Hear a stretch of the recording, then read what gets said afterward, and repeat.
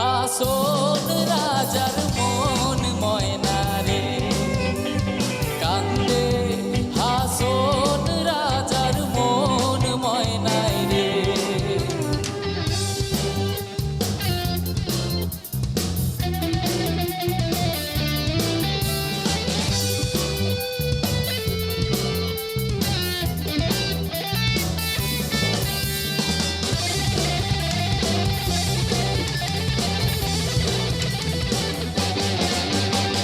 উইরা যাইব সোয়া পাখি পয়রা রইব কায়া উইরা যাইব সোয়া পাখি পয়রা রইব কায়া কেমন দেশ কিসের শ্লেষ কিসের মায়া দয়া রে কান্দে হাসন রাজার মন ময়নায় রে কান্দে হাসন রাজার মন ময়না রে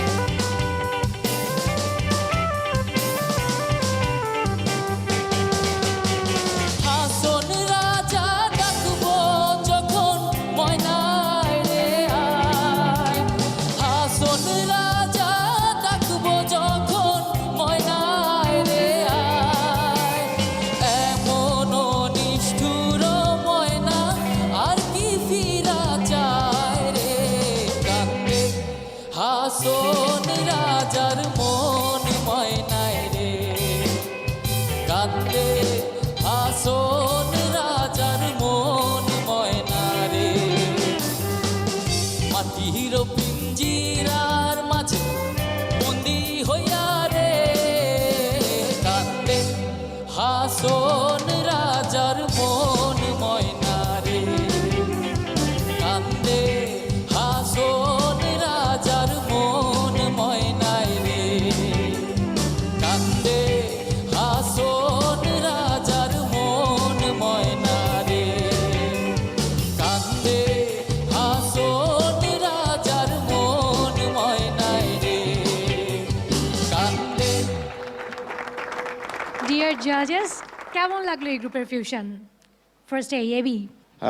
আমি তো এমনি তো ওদের খুব পছন্দ করি যে কজন এই ব্যান্ডে আছে এই ব্যান্ডটা আসলে সুপার একটা ব্যান্ড অনেক ভালো একটা band like if I start from Sushi আমি the first day I saw him I become a fan of him সুশির ড্রামিং আমার খুব ভালো লাগে he is a wonderful drummer and then Deep আমরা ছোটো ছোটো আর্টিস্ট দেখেছি বাংলাদেশে ছোট্ট মানুষটি সুন্দর গায় মিষ্টি করে গায় but I haven't heard someone like this like him যে এত আদর নিয়ে গান গায়। Thank you so much AB.